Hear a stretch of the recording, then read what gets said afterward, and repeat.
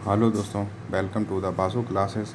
आज हम लोग बात करेंगे दोस्तों यूपी टेट, सी टेट तथा सुपर टेट की जो परीक्षाओं में सीडीपी से जो प्रश्न पूछे जाते हैं अर्थात बाल विकास से, उनके बारे में।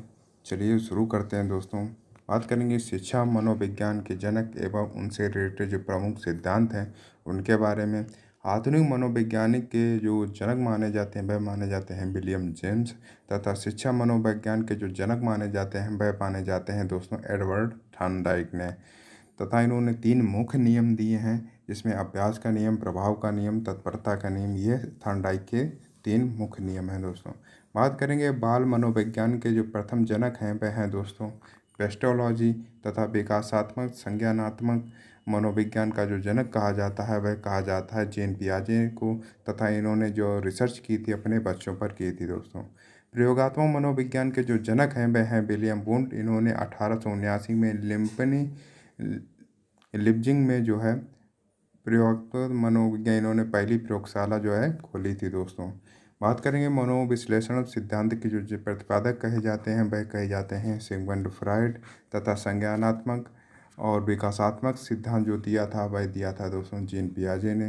नैतिक विकास का सिद्धांत किसने प्रतिपादित किया था? वह किया था लॉरेंस कोहलबर्ग ने। सामाजिक सांस्कृतिक विकास का जो सिद्धांत दिया था वह दिया था लेव वाइगोस्की ने। तथा मानव सामाजिक विकास का जो सिद्धांत दिया था वह दिया था एरिक एरिक्सन ने। बुद्धि का एक कारक जो सिद्धांत दिया था वह दिया था अल्फ्रेड बिने ने। तथा बुद्धि का द्विकारक सिद्धांत तथा त्रिकारक जो सिद्धांत दिया था वह दिया था चार्ल्स स्पीयरमैन ने। बुद्धि का बहुकारक जो सिद्धांत था वह दिया था दोस्तों थॉर्नडाइक ने। बहुबुद्ध सिद्धांत की बात की जाए तो वह दिया था होवर्ड गार्डनर ने। बुद्धि का त्रिआयामी सिद्धांत, जिसको 3D जो है सिद्धांत के नाम से जाना जाता है, वह दिया था दोस्तों जेपी गिलफोर्ड ने। तथा बुद्धि का जो समूह कारक सिद्धांत दिया था वह दिया था थर्स्टन ने। तरल और ठोस बुद्धि का जो सिद्धांत दिया था वह दिया था आरवी कैटल ने। बुद्धि का पदानुक्रमिक जो सिद्धांत दिया था वह दिया था दोस्तों फिलिप बर्नर ने। बुद्धि का और खा सिद्धांत दिया था डी हैब ने दोस्तों, डी.ओ. हैब ने। तथा बुद्धि का पास मॉडल जो दिया था वह दिया था जी.पी. दास, नागलिरी और किर्बी ने दोस्तों। क्रिया प्रसूत अनुबंधन सिद्धांत की बात की जाए तो वह दिया था दोस्तों बी.एफ. स्किनर ने। तथा शास्त्रीय अनुबंधन सिद्धांत जो दिया था वह दिया था इवान पावलोव ने। प्रयास और त्रुटि का जो सिद्धांत दिया था वह दिया थॉर्नडाइक ने। अंतर्दृष्टि या सूझ का सिद्धांत जो दिया था वह दिया था कोहलर, कोफा और वर्दिमर ने। सामाजिक अधिगम सिद्धांत जो दिया था वह दिया था अल्बर्ट बंडूरा ने। आवश्यकता का जो मांग या आवश्यकता का पदानुक्रमिक जो सिद्धांत दिया था वह दिया था अब्राहम मैस्लो ने। अभिप्रेरणा का जो मूल प्रवृत्ति का जो सिद्धांत दिया था वह दिया था विलियम मैकडूगल ने। तथा अधिगम का समीपता का जो सिद्धांत दिया था वह दिया था एडविन गुथरी ने। अधिगम का जो क्षेत्रीय सिद्धांत दिया था वह दिया था कुर्ट लेविन ने। तथा चिन्ह अधिगम का जो सिद्धांत दिया था वह दिया था एडवर्ड टॉलमैन ने दोस्तों। खोजपूर्ण अधिगम का जो संप्रत्यय दिया था वह दिया था जेरोम ब्रूनर ने। अधिगम के सोपानकी सिद्धांत जो दिया था वह दिया था R.M. गैने ने। पुनर्वलन या प्रबलन का जो सिद्धांत जो व्यापक रूप जो दिया था वह दिया था C.L. हल ने। किंडरगार्टन शिक्षा पद्धति के जो जनक माने जाते हैं वह माने जाते हैं फ्रेडरिक फ्रॉबल। यह खेल उदाहरण या किंडरगार्टन शिक्षा पद्धति की बात आ जाएगी तो उसके जनक हैं फ्रॉबल दोस्तों। मॉन्टेसरी शिक्षा पद्धति के जो जनक हैं वह हैं मैडम मारिया मॉन्टेसरी दोस्तों। प्रोजेक्ट विथ योजना या परियोजना विधि जो कही जाती है उसके जो जनक माने जाते हैं वे माने जाते हैं विलियम किलपैट्रिक। ह्यूरिस्टिक या खोज विधि के जो जनक माने जाते हैं वे माने जाते हैं E.H.E. आर्मस्ट्रांग। तथा डाल्टन विधि के जो जनक हैं वे हैं हेलन पार्कहास्ट दोस्तों। पर्यटक जो विधि के जनक कहे जाते हैं वह कहे जाते हैं दोस्तों पेस्टोलॉजी। तथा प्रश्नोत्तर विधि के जो जनक कहे जाते हैं वह कहे जाते हैं सुकरात। संवाद विधि के जो जनक हैं वह हैं दोस्तों प्लेटो। मूल्यांकन विधि के जो जनक हैं वह हैं J.M. राइस। इकाई उपागम के जो प्रतिपादक हैं वह हैं H.C. मॉरिसन दोस्तों। विनेटिका विधि के जो प्रतिपादक हैं वह हैं कार्लटन बासबर्न। ड्रेकौली जो शिक्षण विधि के प्रतिपादक हैं वह हैं ओविड ड्रेकौली दोस्तों। इनके नाम से ही आप रिलेट कर सकते हैं। तथा ब्रेल लिपि जो के जो जनक हैं वह है लुइस ब्रेल दोस्तों। ये दृष्टिबाधित जो छात्र होते हैं उनके लिए ये लिपि जो उपयोग में है शिक्षण के लिए, तथा ये 6 बिंदुओं पर आधारित है। साक्षर विधि के जो प्रतिपादक हैं वह हैं दोस्तों मारिया मॉन्टेसरी। यहाँ मॉन्टेसरी शिक्षण विधि या साक्षर विधि की जो दोनों के प्रतिपादक कहे जाते हैं मारिया मॉन्टेसरी दोस्तों। समाज नीति विधि के जो जनक कहे जाते हैं J.L. मोरेनो, तथा स्व अर्थाधिकरण का जो सिद्धांत दिया था या आवश्यकता या मांग का जो सिद्धांत दिया था वह दिया था अब्राहम मास्लो ने। बाल विकास की अवस्थाएं एवं शारीरिक मानसिक परिवर्तन से रिलेटेड क्वेश्चन के बारे में देख लेते हैं दोस्तों। किशोरावस्था तनाव, तूफान और संघर्ष की अवस्था है, ये कथन जो है वह स्टैनले हॉल का है। मानव विकास की किस अवस्था को सुनहरी अवस्था या अर्थात गोल्डन एज कहा जाता है, तो वह अवस्था है बाल्यावस्था। तथा खिलौनों की आयु या किस अवस्था को कहा जाता है, तो ये कहा जाता है पूर्व बाल्यावस्था को। गैंग या टोली की अवस्था जो है वह कहा जाता है उत्तर बाल्यावस्था को। व्यक्ति के शारीरिक विकास की गति किस अवस्था में जो है तीव्र होती है, तो दोस्तों शैशवावस्था में जो है व्यक्ति के शारीरिक विकास की जो गति है वह सबसे तीव्र होती है।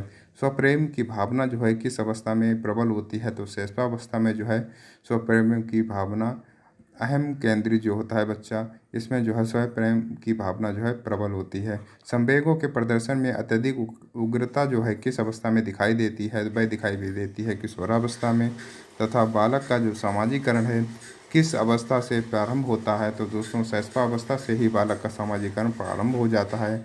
जीवन का सबसे कठिन काल जो कहा जाता है वह कहा जाता है किशोरावस्था को, क्योंकि यह तनाव, तूफान तथा संघर्ष की अवस्था है। ये कथन भी है स्टैनले हॉल का। संवेगात्मक विकास का अनोखा काल जो है किस अवस्था को कहा जाता है, तो दोस्तों बाल्यावस्था को जो है संवेगात्मक विकास का अनोखा काल कहा जाता है।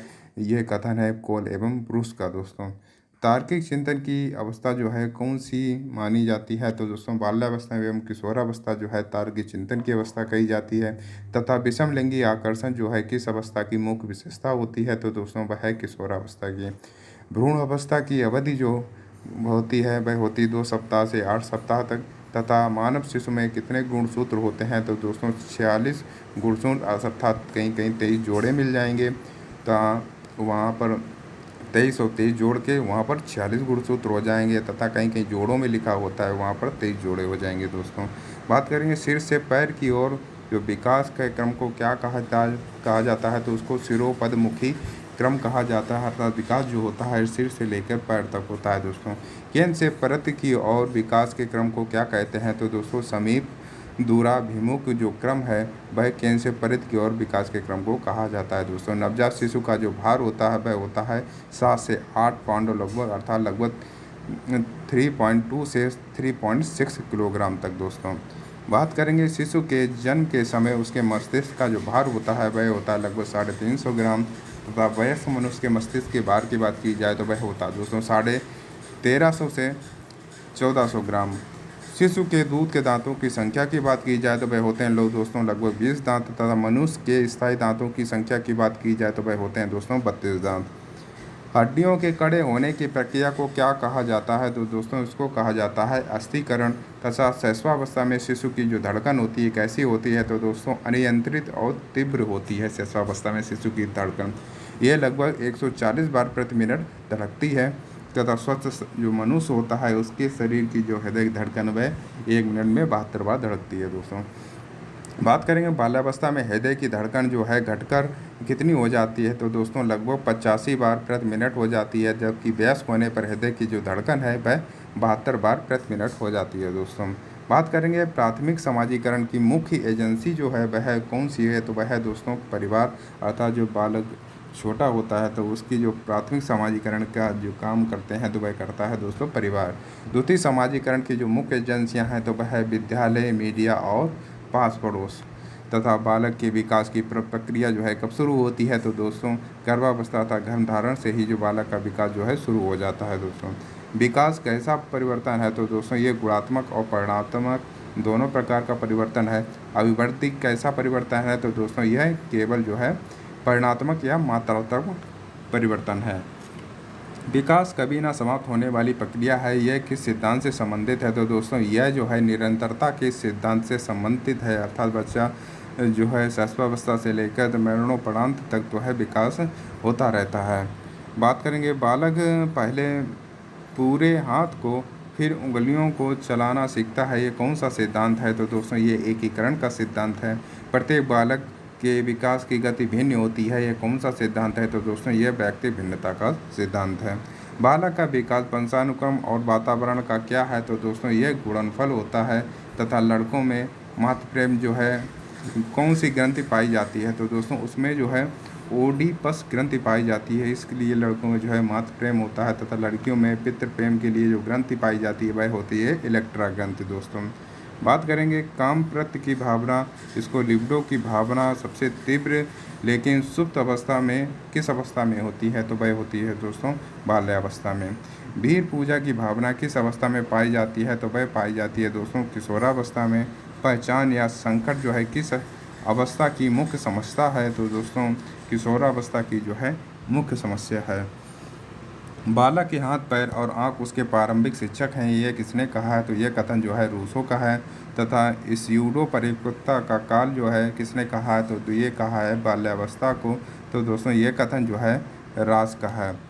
बालक का विकास एक सीधी रेखा में न होकर कैसा होता है? तो दोस्तों उस बालक का जो विकास होता है वह होता है वर्तुलाकार, अर्थात स्प्रिंगलिंग होता है। दोस्तों किशोरावस्था को अंग्रेजी में एडोलेसेंस कहते हैं, लेकिन ये किस भाषा से बना हुआ है? तो दोस्तों ये लैटिन भाषा के एडोलिस्केर से बना हुआ है। दोस्तों बात करें एडोलिस्केर शब्द का शाब्दिक अर्थ क्या होता है? अर्थात परिपक्वता की ओर बढ़ना। बात करेंगे शैशवावस्था की अवधि सामान्यता क्या मानी जाती है? तो दोस्तों जन्म से लेकर 5 या 6 वर्ष की जो अवस्था है वह शैशवावस्था मानी जाती है। तथा बाल्यावस्था की अवधि की जो सामान्यता मानी जाती है वह 6 से 12 वर्ष तक मानी जाती है। दोस्तों बया संधि काल जो है किस अवधि को कहा जाता है? तो दोस्तों 11 से 13 वर्ष के बीच की जो है अवस्था है उसको बया संधि काल कहा जाता है। बाल्यावस्था और किशोरावस्था का इसे संधि काल भी कहा जाता है। संवेगात्मक जो स्थिरता है किस अवस्था में आने लगती है? तो दोस्तों प्रौढ़ावस्था या उत्तर किशोरावस्था में जो है संवेगात्मक स्थिरता आने लगती है। कल्पना जगत में विचरण किस अवस्था की मुख्य विशेषता है? तो दोस्तों शैशवावस्था किशोरावस्था दोनों की विशेषता है।